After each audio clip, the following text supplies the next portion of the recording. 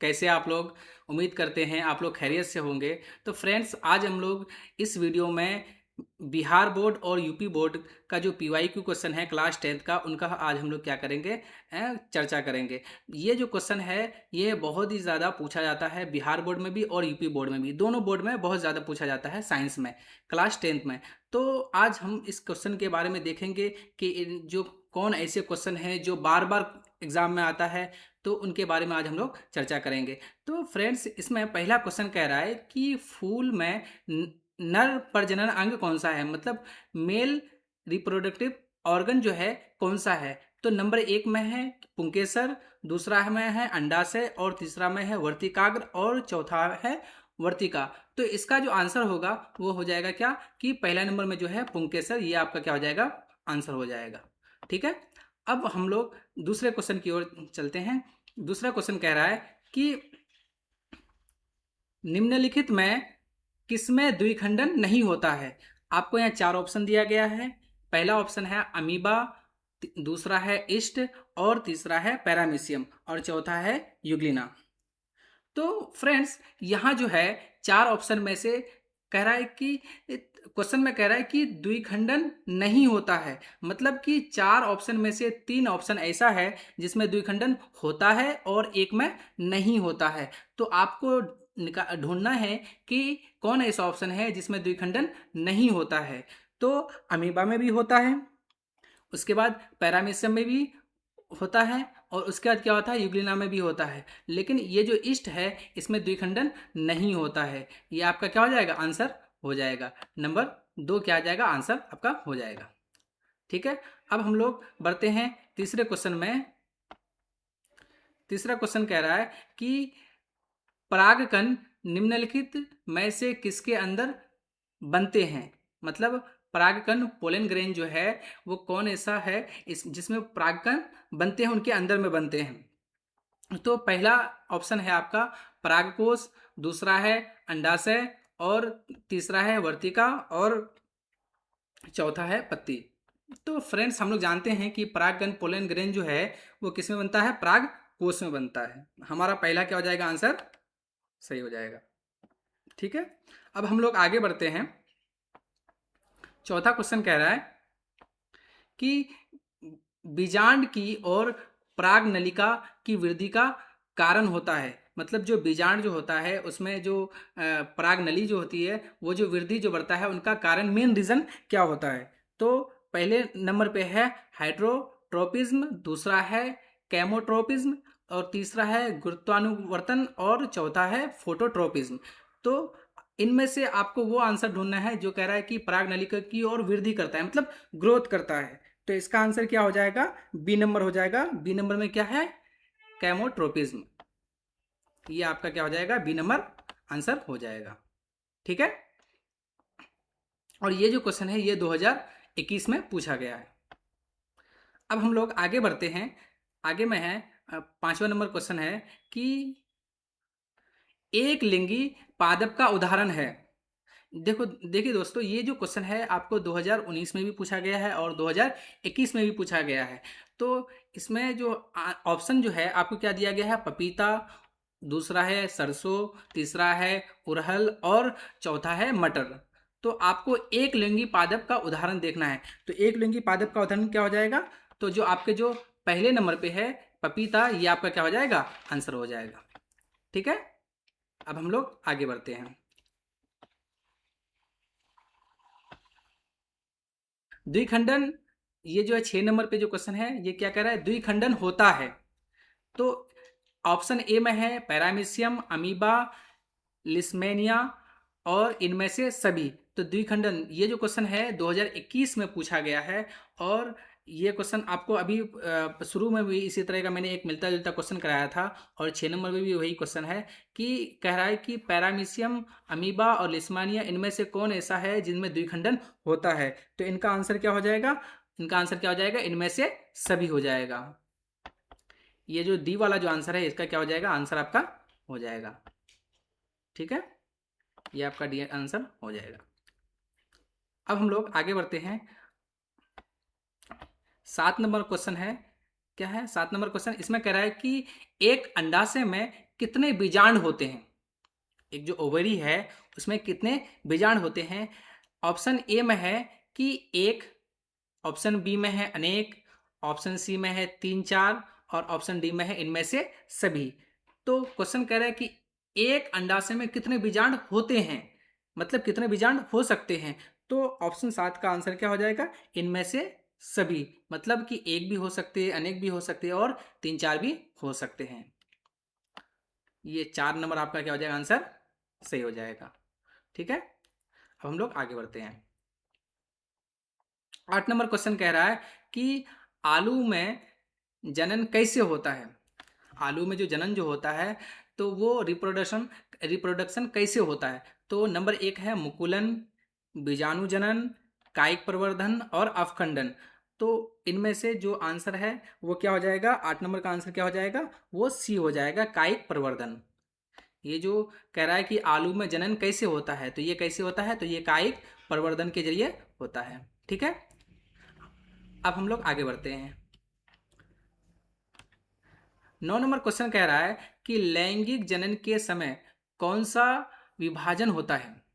ये जो अलैंगिक जनन है, ये अलैंगिक जनन के समय जो कौन सा मतलब कि विभाजन होता है वो आपको बताना है। नंबर एक है समसूत्री, उसके बाद क्या है? असमसूत्री, उसके बाद सी है अर्धसूत्री, और ऑप्शन डी है ए एवं बी दोनों।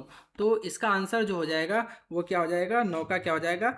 ए एंड बी, मतलब दोनों हो जाएगा। डी नंबर इसका आंसर होगा। इसमें अलैंगिक में क्या होता है? विभाजन जो होता है वो समसूत्री भी होता है और असमसूत्री भी होता है, दोनों होता है। इसका ऑप्शन क्या हो जाएगा? डी हो जाएगा। अब हम लोग क्वेश्चन नंबर 10 में जाते हैं। क्वेश्चन नंबर 10, क्वेश्चन नंबर 10 क्या कह रहा है कि जीव किस परकर्म द्वारा अपनी संख्या में वृद्धि करते हैं, उसे कहा जाता है? जो जीव जो होता है, ऑर्गेनिज्म जो होता है, वो किस परक्रम द्वारा अपनी संख्या में क्या करते हैं? वृद्धि करते हैं, अपनी जनरेशन को कैसे बढ़ाते हैं और उसको क्या कहते हैं? तो उसको ऑप्शन ए में है जनन, ऑप्शन बी में है श्वसन, ऑप्शन सी में है प्रचलन और ऑप्शन डी में है उत्तेजनशीलता। तो इसका आंसर क्या हो जाएगा? तो जनन करते हैं, जनन के द्वारा क्या करते हैं? अपनी संख्या में वृद्धि करते हैं। दुनिया में जितने भी जिंदा हैं, जीव है, वो सब जिनमें जान है, वो सब क्या करते हैं? जनन करते हैं, और जनन करके क्या करते हैं? अपनी संख्या में वृद्धि करते हैं। ठीक है, अब हम लोग आगे बढ़ते हैं। क्वेश्चन नंबर 11 है कि किस प्रकार के जनन में जनन जनक के शरीर से कलिका निकलती है?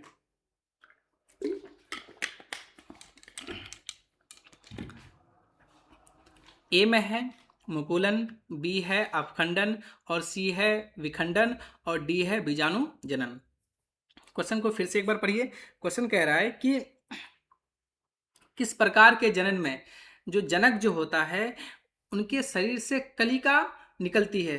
तो ऑप्शन ए में है मुकुलन, बी है अपखंडन, सी है विखंडन, और डी है बीजाणु जनन। तो इसका आंसर क्या हो जाएगा? इसका आंसर क्या हो जाएगा? मुकुलन। मतलब कि कोई ऐसा जीव है जिनके बॉडी से क्या निकलता है? एक उभार निकलता है, जिनको हम लोग क्या कहते हैं? मुकुलन कहते हैं। ठीक है, कलिकाएं निकलती है इस। ठीक है, चलिए अब क्वेश्चन नंबर 12।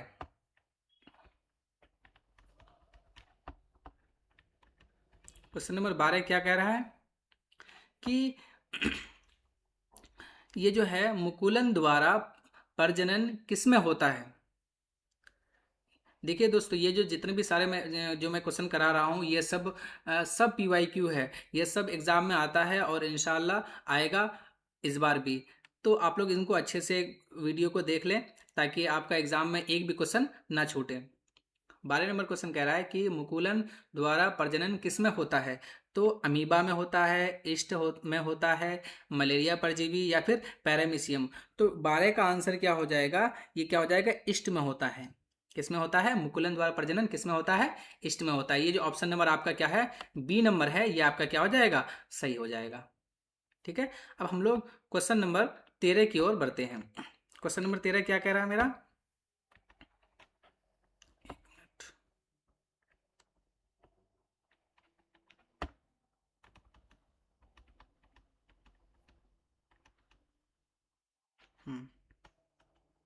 क्वेश्चन नंबर 13 कह रहा है कि पुष्पी पौधे में लैंगिक जनन किसके द्वारा होता है। जो पुष्पी पौधा होता है उनमें जो लैंगिक जनन है वो किसके द्वारा होता है। नंबर 1 है पत्तियों द्वारा, नंबर नंबर जो बी है ऑप्शन बी, उसमें कह रहा है तने द्वारा, ऑप्शन सी कह रहा है फूलों द्वारा, और ऑप्शन डी कह रहा है बीज द्वारा। तो इनका आंसर क्या हो जाएगा, फूलों द्वारा। मतलब कि पुष्पी पौधे में जो लैंगिक जनन जो होता है वो किसके द्वारा होता है, तो फूलों द्वारा। मतलब ऑप्शन सी इसका क्या हो जाएगा, आंसर सही हो जाएगा। ये जो ऑप्शन सी है फूलों द्वारा, ये आपका आंसर सही हो जाएगा। ठीक है, अब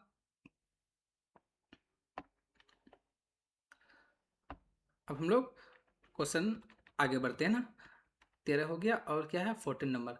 इनमें कह रहा है कि ये जो क्वेश्चन है कह रहा है कि परिवर्तित परिस्थितियां में जीव जीवित रह सकते हैं। कह रहा है कि परिवर्तित जो परिस्थितियां हैं उनमें जीव जो हैं वो जीवित रह सकते हैं। तो कैसे रह सकते हैं, मतलब अपनी जो जाति को जो है, अपनी जो क्या कहता है कि प्रजाति को सुरक्षित कैसे रख सकता है वो लोग, मतलब जीवित कैसे रहता है।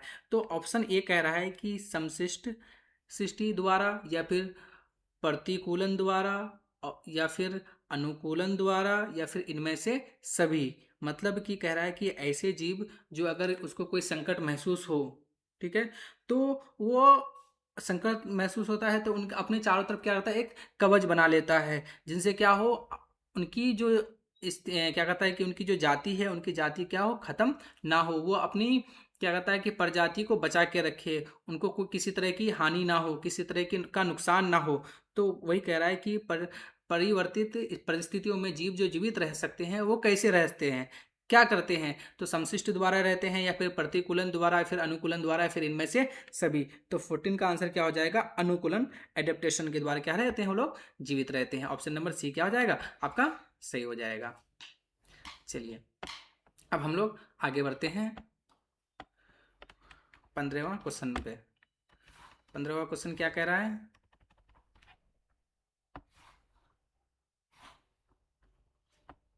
एक मिनट, हाँ हाँ, 15वां क्वेश्चन कह रहा है कि ये जो बहुखंडन द्वारा जो जनन होता है वो किस में होता है।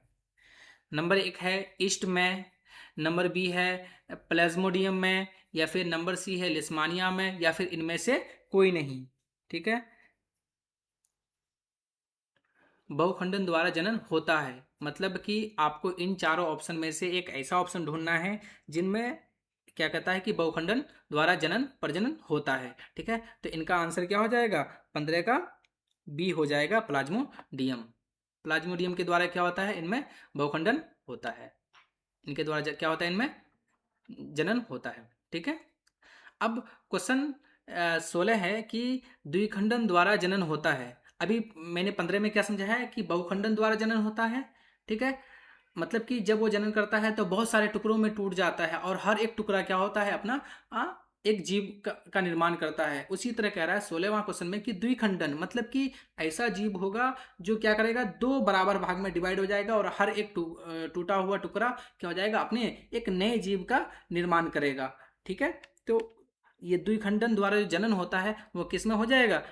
ऑप्शन ए है अमीबा, बी है लिस्मानिया, और सी है ईस्ट, और डी क्या कह रहा है, ए और बी दोनों में। तो 16 का आंसर क्या हो जाएगा, डी नंबर हो जाएगा। ए और बी दोनों में होता है, मतलब ए और बी जो है दोनों में क्या होता है, द्विखंडन द्वारा जनन होता है। अमीबा में भी होता है और लिस्मानिया में भी होता है।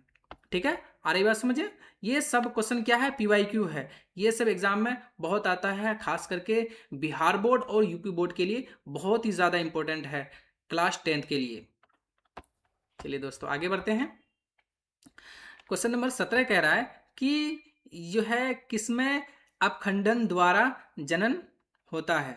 अपखंडन द्वारा जनन किसमें होता है, एक मिनट, हाँ, कह रहा है कि किसमें अपखंडन द्वारा जनन होता है। नंबर एक ए में क्या है कि ईस्ट में, लिस्मानिया में, या फिर स्पायरोगैरा में, या फिर इनमें से सभी। देखिए पहला वाला क्वेश्चन क्या कह रहा था, बहुखंडन, उसके बाद क्या था द्विखंडन। अब कह रहा है कि अपखंडन जो द्वारा जो जनन होता है वो किस में होता है। ठीक है, तो ईस्ट में, लिस्मानिया में, या फिर स्पायरोगैरा में, या फिर इनमें से सभी। तो इसका आंसर फ्रेंड्स क्या हो जाएगा, सी नंबर हो जाएगा, स्पायरोगैरा। मतलब कि स्पायरोगैरा एक ऐसा जीव है जिसमें क्या होता है, अपखंडन द्वारा जनन होता है। ऑप्शन सी इसका आंसर हो जाएगा। ठीक है फ्रेंड्स, अब हम लोग आगे बढ़ते हैं। 18 नंबर में क्या कह रहा है कि अलैंगिक जनन मुकुलन द्वारा होता है। देखिए दोस्तों, ये जो आपका जो क्वेश्चन है ये बहुत ही ज़्यादा पूछा गया है। 2012 में भी पूछा गया है सेम क्वेश्चन, 2015 में भी यही क्वेश्चन पूछा गया है, 2017 में भी यही पूछा गया है, 2018 में भी और 2021 में भी। और उम्मीद करते हैं कि आपके भी एग्ज़ाम में यही क्वेश्चन फिर से दोबारा आ जाए। और इस क्वेश्चन को क्या करना है, आपको अच्छे से माइंड में बैठा लेना है, मतलब पूरे अच्छे से जहनसी कर लेना है, ताकि ये क्वेश्चन आए तो आपका ये क्वेश्चन ना छूटे। ठीक है, तो क्वेश्चन है कि अलैंगिक जनन मुकुलन द्वारा होता है। ए में कह रहा है अमीबा में, ईस्ट में, प्लाज्मोडियम में, या फिर लेस्मानिया में। तो 18 का आंसर जो होगा वो क्या हो जाएगा, ईस्ट में। क्या हो जाएगा, ईस्ट में। ये जो ऑप्शन नंबर जो बी है इसका आंसर क्या हो जाएगा, सही हो जाएगा। ठीक है, अलैंगिक जनन मुकुलन द्वारा होता है, तो किस में होता है, ईस्ट में होता है। ठीक है, अब हम लोग आगे बढ़ते हैं क्वेश्चन नंबर 18 की ओर। सॉरी 18 हो गया, 19 में चलते हैं। 19 नंबर क्वेश्चन कह रहा है कि ये जो उभयलिंगी पुष्प में उपस्थित होता है, कह रहा है कि उभयलिंगी जो पुष्प है, फ्लावर जो है, फूल जो है, उसमें क्या उपस्थित होता है। स्त्री केसर होता है, पुंकेसर होता है, या फिर स्त्री केसर और पुंकेसर दोनों होता है, या फिर इनमें से कोई नहीं होता है। उभयलिंगी क्या कह रहा है, उभयलिंगी पुष्प में उपस्थित होता है। तो क्या उपस्थित होता है, स्त्री केसर, पुंकेसर, या फिर स्त्री केसर और पुंकेसर दोनों, या फिर इनमें से कोई नहीं। तो इसका आंसर क्या हो जाएगा, सी नंबर हो जाएगा, स्त्री केसर और पुंकेसर दोनों। मतलब कि उभयलिंगी जो होता है इसमें दोनों होता है, स्त्री केसर भी होता है और पुंकेसर भी होता है। इसका आंसर क्या हो जाएगा, दोनों हो जाएगा। आ रही बात समझ में, इसका आंसर सी नंबर हो जाएगा। चलिए अब हम लोग बात करते हैं, क्वेश्चन नंबर 19 हो गया, अब हम 20 की बात करते हैं। ये जो 20 नंबर क्वेश्चन है ये 2018 में पूछा गया है। क्वेश्चन है कि पुष्प में परागकण कहाँ बनते हैं। जो पोलन ग्रेन है, जो पोलन ग्रेन है ये कहाँ बनते हैं, फूल में, फूल के किस भाग में बनते हैं। कह रहा है पुंकेसर में, स्त्री केसर में, या फिर पंखुड़ी में, या फिर बाहम दल में। देखिए फ्रेंड्स, ये जो बी नंबर में जो ऑप्शन है स्त्री केसर, ये तो स्त्री केसर ये तो फीमेल पार्ट हो गया, तो ये फीमेल पार्ट, फीमेल ऑर्गन हो गया, तो इसमें तो होगा नहीं। अच्छा, कह रहा है कि पुंकेसर, तो पुंकेसर एक टाइम के लिए हम लोग कह सकते हैं कि हाँ इसका आंसर होगा। क्यों, क्योंकि पुंकेसर क्या होता है, मेल ऑर्गन होता है, और जो हमारा जो परागकण है, पोलन ग्रेन है, तो वो भी कहाँ बनेगा, तो ए में ही बनेगा, पुंकेसर में ही बनेगा। तो इसका आंसर क्या हो जाएगा, पुंकेसर हो जाएगा। इसका आंसर ए नंबर क्या हो जाएगा, सही हो जाएगा। चलिए अब हम लोग आगे बढ़ते हैं। क्वेश्चन नंबर 21 क्या कह रहा है कि स्त्री केसर में उपस्थित होता है। देखिए क्वेश्चन को ध्यान से पढ़िए, क्या कह रहा है कि स्त्री केसर में उपस्थित होता है। क्या होता है उपस्थित, अंडाशय, वर्तिका, या फिर वर्तिकाग्र, या फिर इनमें से सभी। स्त्री केसर में उपस्थित होता है तो क्या होता है, तो इनमें से सभी होता है। अंडाशय भी होता है, उसके बाद वर्तिका भी होता है, वर्तिकाग्र भी होता है, और सब होता है। इनमें तीनों इसमें क्या होते हैं, उपस्थित होते हैं। तो इसलिए इसका आंसर क्या हो जाएगा, इनमें से सभी, डी नंबर क्या हो जाएगा, आंसर हो जाएगा। उसके बाद कह रहा है क्वेश्चन नंबर 22। क्वेश्चन नंबर 22 में क्या कह रहा है कि पुष्प में बीजांड कहाँ उपस्थित होते हैं। फूल ये क्या कहता है कि फूल जो है, फूल के बीजांड में, बीजांड जो होता है वो कहाँ उपस्थित होता है, वर्तिकाग्र में, वर्तिका में, या फिर अंडाशय में, या फिर इनमें से कोई नहीं। तो 22 का जो आंसर होगा इनमें क्या हो जाएगा, आंसर नंबर सी हो जाएगा। क्या हो जाएगा, आंसर नंबर सी, अंडाशय में। बीजांड कहाँ उपस्थित होते हैं, तो अंडाशय में उपस्थित होते हैं। ठीक है, चलिए अब हम लोग आगे बढ़ते हैं। क्वेश्चन नंबर 23 क्या कह रहा है, क्वेश्चन नंबर 23 क्या कह रहा है कि जो पुष्प में मादा युग्मक कहाँ उपस्थित होता है। पुष्प में जो मादा युग्मक जो होता है वो कहाँ उपस्थित होता है। नंबर ए है बीजांड में, उसके बाद वर्तिका में, उसके बाद वर्तिकाग्र में, उसके बाद इनमें से कोई नहीं। तो पुष्प में मादा युग्मक कहाँ उपस्थित होता है? तो पुष्प में मादा युग्मक कहाँ उपस्थित होता है? तो इसका आंसर क्या हो जाएगा? ए, बीजांड। कहाँ हो जाएगा आंसर इसका? क्या हो जाएगा? बीजांड, है ना। सॉरी, इसका आंसर क्या हो जाएगा? ए नंबर हो जाएगा। आ रही बात समझ में? चलिए, अब हम लोग क्वेश्चन नंबर 24 की बात करते हैं ना। इसमें कह रहा है कि निषेचन के फलस्वरूप अंडाशय विकसित होता है। कह रहा है कि निषेचन जब होता है तो उनके फलस्वरूप अंडाशय विकसित होता है, मतलब विकसित होकर के क्या बनता है। ठीक है, इसमें क्या कह रहा है कि ऑप्शन ए में क्या कह रहा है कि फूल में, ऑप्शन बी कह रहा है कि फल में, उसके बाद कह रहा है कि पत्तियों में या फिर परागकण में। तो 24 का आंसर क्या हो जाएगा? फल में। क्या हो जाएगा आंसर? क्या हो जाएगा? फल में। ये आपका आंसर क्या हो जाएगा फल में। बी नंबर आंसर हो जाएगा। निषेचन के फलस्वरूप जो अंडाशय जो होता है वो डेवलप होकर के क्या बनता है? तो फल बनता है। ठीक है, चलिए, क्वेश्चन नंबर 24 हमारा हो गया। अब हम लोग 25 में जाते हैं। क्वेश्चन नंबर 25 हमारा क्या कह रहा है कि ये जो पुष्प जो है इनका कौन सा भाग फल बनाता है? मतलब फूल का कौन सा जो कौन ऐसा पार्ट है जो क्या बनाता है? फल बनाता है।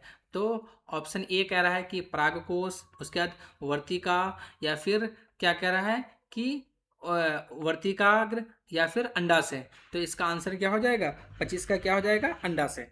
ये जो अंडाशय है ये क्या बनता है? फल बनता है। ठीक है, आगे चल करके क्या बन जाता है? फल बन जाता है। ठीक है, चलिए, अब क्वेश्चन कह रहा है कि 2000 ये जो 2000 जो पहला वाला जो क्वेश्चन था ये कब पूछा गया था? 2018 में पूछा गया था। अब ये जो क्वेश्चन है क्या कहता है कि 26 में, तो ये 26 में क्या कह रहा है कि निषेचन के बाद बीजांड परिवर्तित होता है। मतलब कि जब फर्टिलाइजेशन हो जाता है तो उसके बाद जो बीजांड जो होता है वो किस में परिवर्तित हो जाता है? किस में चेंज हो जाता है?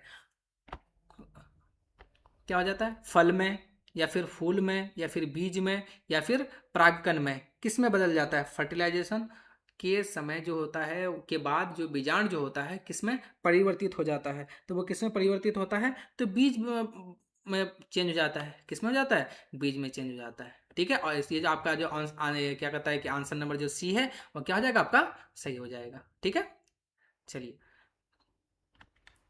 अब हमारा क्या है? Question number 27। क्वेश्चन नंबर 27 में क्या कह रहा है कि ये जो बीज पत्र है का क्या कार्य होता है? बीज पत्र का कार्य क्या होता है? ए में कह रहा है खाद्य संग्रहण, बी कह रहा है सुरक्षा, सी कह रहा है जनन, और इनमें से कोई नहीं। बीज पत्र का क्या कार्य है? तो इसका जो आंसर होगा वो क्या हो जाएगा? ए नंबर आंसर हो जाएगा, खाद्य संग्रह। बीज पत्र का काम क्या होता है? खाद्य को संग्रह करना, स्टोर करने का काम होता है। ठीक है, चलिए, क्वेश्चन नंबर 27 क्या कह रहा है कि सॉरी 28, कि नव अंकुरित पौधे में यह होता है, जो नव अंकुरित जो पौधा होता है उसमें क्या होता है? मूलांकुर, या फिर परांकुर, या फिर बीजपत्र, या फिर इनमें से सभी। तो इसका जो आंसर होगा वो क्या हो जाएगा? डी। मतलब सभी होते हैं, मूलांकर भी होते हैं, उसके बाद परांकुर परांकुर भी होते हैं, उसके बाद बीज पत्र होते हैं, और इनमें से सभी। तो इनका आंसर क्या हो जाएगा? तीनों आंसर हो जाएगा, तीनों होते हैं। ठीक है, चलिए, अब हम लोग आगे बढ़ते हैं। क्वेश्चन नंबर क्या है? 29। क्वेश्चन नंबर 29 क्या कह रहा है कि पक्षियों द्वारा होने वाले परागण को क्या कहते हैं? मतलब कि जब क्या कहता है कि जो पक्षी जो होते हैं वो अपने बॉडी में या पैर में क्या करते हैं? परागकण को क्या करता है कि एंथर से लेकर के उड़ के दूसरे फूल के क्या कहता है कि स्टिग्मा में जाते हैं। तो इस दौरान जो वो जो लेके जाते हैं तो इनको क्या कहते हैं? हाइड्रोफिली, या फिर एनीमोफिली, या फिर क्या कहता है एंटेमोफिली, या फिर अर्निथोफिली। इसका आंसर क्या हो जाएगा? इसका आंसर डी नंबर क्या हो जाएगा? डी हो जाएगा। इसको क्या कहते हैं? अर्निथोफिली कहते हैं। क्या कहते हैं इनको? अर्निथोफिली। डी नंबर इसका क्या हो जाएगा? आंसर सही हो जाएगा। ठीक है, अब हम लोग आगे बढ़ते हैं। क्वेश्चन नंबर 30 क्या कह रहा है कि अगर हाइड्रा के शरीर को कई टुकड़ों में काट दिया जाए, जो हाइड्रा होता है उनके शरीर को अगर हम कई टुकड़ों में काट देंगे तो क्या हो जाएगा? वह जीवित नहीं रहेगा, टुकड़े जुड़कर एक प्राणी बन जाएंगे, या फिर हर टुकड़ा विकसित होकर नए हाइड्रा का निर्माण करेगा, या फिर इनमें से कोई नहीं। इसका आंसर क्या हो जाएगा? तो इसका आंसर क्या हो जाएगा, देखिए दोस्तों, पहले मैं आपको हाइड्रा के बारे में बता देता हूँ कि एक हाइड्रा एक ऐसा ये है, क्या कहता है कि पौधा है जिसमें क्या होता है कि अगर उनके बॉडी को आप कितना भी बार काट दें, ठीक है, हर कटा हुआ भाग क्या करेगा, एक नए हाइड्रा का निर्माण करेगा। मतलब सब क्या करेगा, विकसित होगा और विकसित होकर के नए हाइड्रा का क्या करेगा, वो निर्माण करेगा। तो इसका आंसर क्या हो जाएगा? इसका आंसर क्या हो जाएगा? सी नंबर हो जाएगा। मतलब कि हर टुकड़ा विकसित होकर एक नए हाइड्रा का क्या करेगा, निर्माण करेगा। ठीक है, चलिए 30 नंबर हो गया। अब हम लोग 31 नंबर क्वेश्चन में जाते हैं। 31 नंबर क्वेश्चन क्या कह रहा है कि कायिक प्रवर्धन में पौधे के किस भाग से नया पौधा उत्पन्न हो सकता है? वेजिटेटिव प्रोपेगेशन जो है, इनमें पौधे के किस भाग से नया पौधा उत्पन्न हो सकता है? तो 31 का आंसर ऑप्शन में क्या कह रहा है कि जड़ से, पत्तियों से, तने से, या फिर इनमें से सभी। तो इनका आंसर क्या होगा? इनका आंसर क्या हो जाएगा? इनमें से सभी। जड़ से भी होता है, तने से भी होता है, पत्तियों से भी होता है, सभी से हो जाएगा। इसका आंसर क्या हो जाएगा? इनमें से सभी। डी नंबर इसका आंसर हो जाएगा। ठीक है,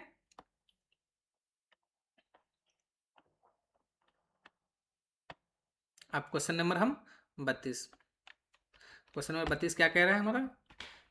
एक, हाँ, कह रहा है कि किस पौधे को कायिक प्रवर्धन द्वारा उगाया जा सकता है? गुलाब, गन्ना, अंगूर, या इनमें से सभी। तो इसका आंसर क्या होगा? पहले क्वेश्चन को ध्यान से पढ़िए। क्या कह रहा है कि किस पौधे को कायिक प्रवर्धन द्वारा उगाया जा सकता है? कायिक प्रवर्धन द्वारा किसको उगाया जा सकता है?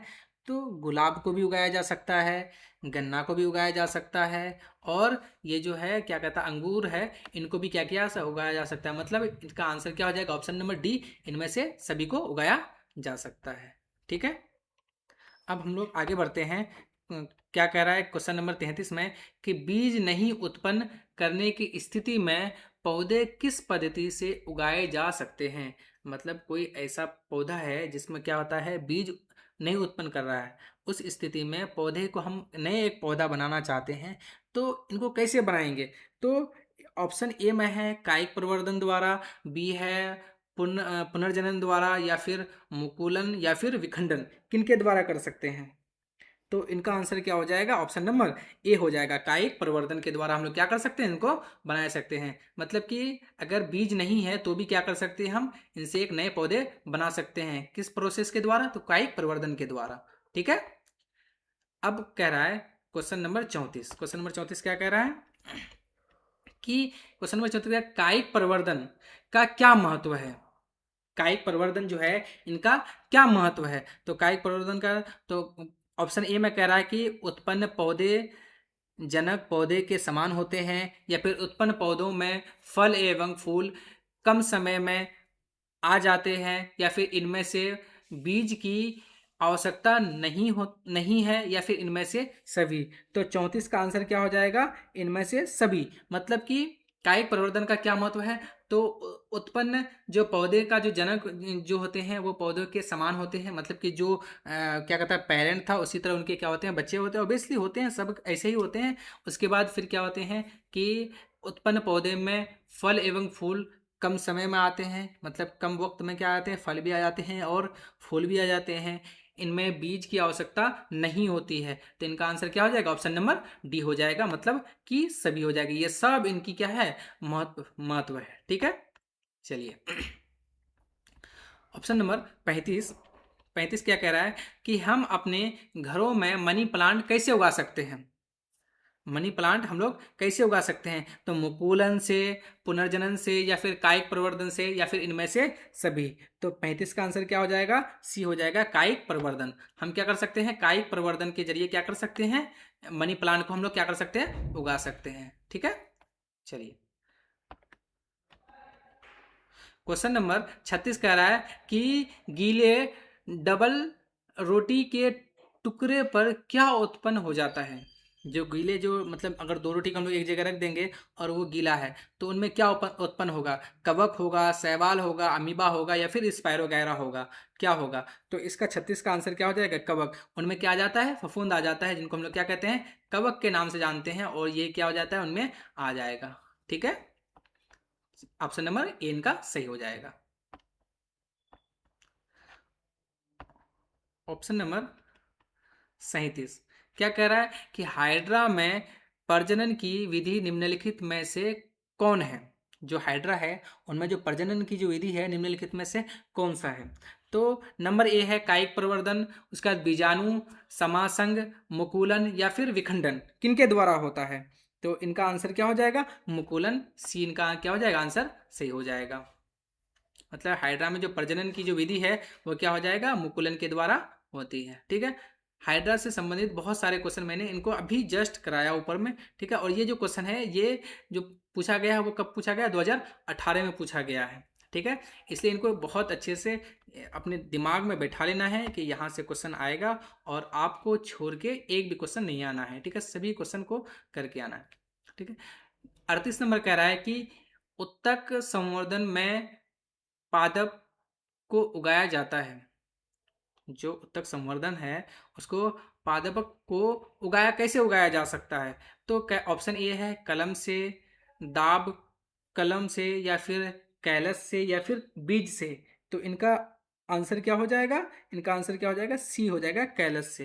क्या हो जाएगा इसका आंसर, सी। मतलब कि उत्तक संवर्धन से जो जो उगाया जा सकता है वो किसे, कैलस से उगाया जाता है। ठीक है, कैलस के द्वारा हम क्या कहते हैं, नए जीव को बना सकते हैं, मतलब उनकी संख्या में वृद्धि करा सकते हैं। ठीक है, अब क्वेश्चन नंबर 38, 38 तो हो गया। अब 39 क्या कह रहा है कि गीले डबल रोटी पर राइजोपस कैसे जनन करते हैं। अभी मैंने बताया गीले रोटी से संबंधित बताया कि अगर हम गीला रोटी को एक जगह रख देंगे तो उसमें क्या हो जाएगा, बहुत दिन तक रख देंगे तो उसमें फफूंद आ जाएगा। उस कवक का ये कवक क्या कर देगा, मतलब कि उत्पन्न हो जाएगा। उसी से एक रिलेटेड क्वेश्चन है 39 नंबर में कि गीले डबल रोटी जो है इनमें जो राइजोपस जो होता है वो कैसे जनन करता है। तो बीजाणु जनन से होता है, मुकुलन से होता है, या फिर पुनर्जनन से होता है, या फिर कायिक जनन से होता है। तो इनका आंसर क्या हो जाएगा, तो बीजाणु जनन। क्या हो जाएगा आंसर इनका, आंसर नंबर ए इनका क्या हो जाएगा, सही हो जाएगा। बीजाणु जनन द्वारा क्या होते हैं, ये जनन करते हैं कौन, राइजोपस। याद रखना है। अच्छा, इससे क्वेश्चन ऐसे भी पूछा जा सकता है कि राइजोपस है तो राइजोपस का जो जनन जो होता है, जनन की प्रक्रिया जो होती है उसको क्या कहते हैं, तो बीजाणु जनन कहते हैं। ठीक है, चलिए हम आगे बढ़ते हैं। और क्वेश्चन नंबर 40, क्वेश्चन नंबर 40 क्या कह रहा है हमारा कि पौधों में जनन अंग कहाँ पाए जाते हैं। तना में, जड़ में, पुष्प में, या फिर फल में। तो कहाँ पाए जाते हैं, तो पुष्प में पाए जाते हैं। कहाँ पाए जाते हैं, ऑप्शन नंबर सी इनका क्या हो जाएगा, आंसर सही हो जाएगा।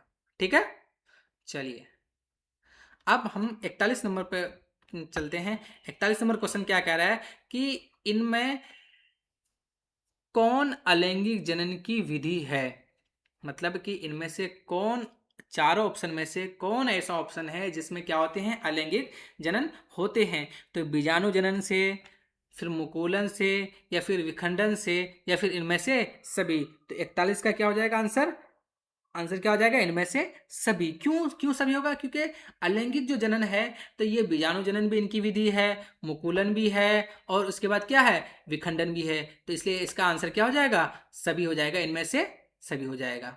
ठीक है, चलिए अब हम लोग आगे बढ़ते हैं। और अब क्वेश्चन नंबर क्या हमारा 42, क्वेश्चन नंबर 42 क्या कह रहा है कि ईस्ट में अलैंगिक जनन की विधि को क्या कहते हैं। जो ईस्ट जो है उसमें जो अलैंगिक जनन जो होती है उसकी जो विधि है उसको हम लोग क्या कहते हैं। तो मुकुलन कहते हैं, अवखंडन कहते हैं, या फिर विखंडन कहते हैं, या फिर द्विखंडन कहते हैं। तो इनका आंसर क्या हो जाएगा, मुकुलन कहते हैं। क्या कहते हैं हम लोग, मुकुलन कहते हैं। इनका आंसर क्या हो जाएगा, ए नंबर सही हो जाएगा। ठीक है, चलिए आ रही बात समझे। अब हम लोग आगे बढ़ते हैं। और क्या है कि 43 नंबर में कह रहा है। अच्छा, 43 नंबर जो क्वेश्चन है ये 2021 में पूछा गया है। क्या पता क्या कहता है इस बार भी फिर पूछा जाए, है ना। तो हाइड्रा में अलैंगिक जनन की जो विधि है वो क्या कहलाती है? तो मुकुलन कहलाती है, पुनर्जनन कहलाती है, या फिर बीजाणु जनन, या फिर विखंडन। तो इनका आंसर क्या हो जाएगा? ए नंबर हो जाएगा, मुकुलन हो जाएगा। क्या हो जाएगा? मुकुलन। हाइड्रा में जो अलैंगिक जनन होती है वो किसके द्वारा होती है? मुकुलन के द्वारा होती है। ठीक है, आंसर इनका क्या हो जाएगा? ए नंबर हो जाएगा। ठीक है, चलिए अब हम लोग क्वेश्चन नंबर नेक्स्ट क्या है कि एक, हाँ, फूल का कौन सा भाग फल में बदलता है? मतलब फूल का कौन सा भाग है जो फल में क्या हो जाता है? बदल जाता है। तो ऑप्शन ए है कि पुंकेसर, ऑप्शन बी है स्त्री केसर, ऑप्शन सी है अंडाशय, और ऑप्शन डी है बीजाणु। तो आपको बताना है इन चारों ऑप्शन में से कौन ऐसा ऑप्शन सही है जिससे क्या आते हैं फल का कौन सा भाग है, फूल का कौन सा भाग है जिससे क्या बनता है? फल बनता है। तो 44 का आंसर क्या हो जाएगा? ऑप्शन नंबर सी हो जाएगा। ये ऑप्शन नंबर क्या है? अंडाशय। इससे क्या बनता है? फल में बदल जाता है, जो फूल जो है वो फल में बदल जाता है। ठीक है, अब क्वेश्चन नंबर 45 कह रहा है कि अवखंडन में किस में होता है? जो अवखंडन जो है वो निम्न में से किस में होता है? जो नीचे जो चार ऑप्शन है ये 45 नंबर में ये कह रहा है कि ये जो अवखंडन है, ठीक है, ये अवखंडन है ये किस में होता है? तो ये किस में होता है? तो स्पायरोगैरा में, हाइड्रा में, प्लेनेरिया में, या फिर इनमें से सभी। तो इनका आंसर क्या हो जाएगा? इनमें से सभी। क्यों क्यों इनमें से सभी होगा? क्योंकि ये जो है स्पायरोगैरा में भी होता है अपखंडन, हाइड्रा में भी होता है, और प्लेनेरिया में भी होता है। अब नेक्स्ट क्वेश्चन है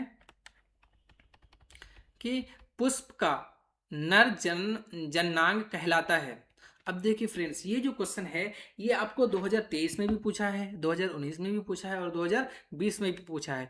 तो क्वेश्चन कह रहा है कि फूल का कौन ऐसा नर जनन, यहाँ इनमें से कौन सा है जो नर जनन अंग कहलाता है? तो पुंकेसर, जयांग, पंखुड़ी, या फिर इनमें से सभी। तो इनका आंसर क्या हो जाएगा? पुंकेसर हो जाएगा। क्यों? क्योंकि यही ये पुंकेसर ही एक ऐसा पार्ट है जो क्या है यहाँ का नर्ज है, बाकी सब क्या है क्या कहता है कि नहीं है इनका आंसर, है ना। आंसर क्या हो जाएगा? ए इनका क्या हो जाएगा? सही हो जाएगा। ठीक है, अब हम लोग आगे बढ़ते हैं और हम 47 नंबर क्वेश्चन कह रहा है कि निम्नलिखित में से कौन पुनरुद्भवन का उदाहरण है? तो हाइड्रा है, अमीबा है, या फिर स्पायरोगायरा है, या फिर इनमें से कोई नहीं है। तो इनका आंसर क्या हो जाएगा? हाइड्रा। हाइड्रा क्या है? इसका पुनरुद्भवन का क्या है? एग्जाम्पल है। क्वेश्चन नंबर 48 कह रहा है कि एक पररूपी पुष्प के सबसे बाहरी पुष्पपत्र को कहते हैं। जो प्रारूपी जो पुष्प है उसके सबसे जो बाहरी वाला जो आवरण होता है, परत होता है, उस पुष्पी पत्र का क्या कहलाता है? दलपुंज कहलाता है, पुमंग कहलाता है, जयांग कहलाता है, या फिर परागकोश कहलाता है? तो इसका आंसर क्या हो जाएगा?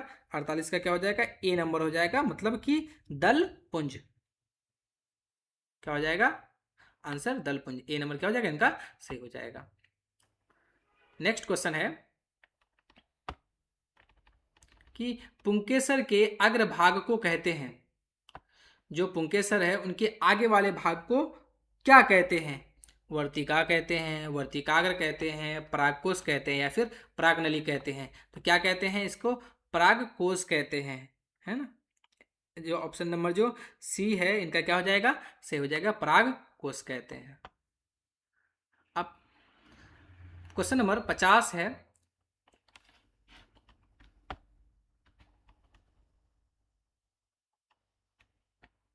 क्वेश्चन नंबर 50 कह रहा है कि ये जो स्त्री केसर है इनका जो आधारी भाग जो है वो क्या कहलाता है? वर्तिकाग्र कहलाता है, पुष्पासन कहलाता है, अंडाशय कहलाता है, या फिर वर्तिका कहलाता है? तो इसका आंसर क्या हो जाएगा? सी नंबर हो जाएगा, अंडाशय कहलाता है। स्त्री केसर का जो आधारीय जो भाग होता है वो क्या कहलाता है? अंडाशय कहलाता है। ठीक है फ्रेंड्स, अगर आप लोगों को वीडियो अच्छी लगी हो तो लाइक, शेयर और कमेंट्स करें, और अपने दोस्तों को भी पहुंचा दें। और क्या पता आपके जरिए आपके दोस्तों का भी अच्छा नंबर आ जाए, और आप लोग अच्छे से एग्ज़ाम दीजिए और मेरे से जुड़े रहिए। इंशाल्लाह आपको क्या हो जाएगा कि 50 में से 50 आपको तो मैं दिला के ही रहूँगा। ठीक है, keep learning and keep exploring. Thank you so much.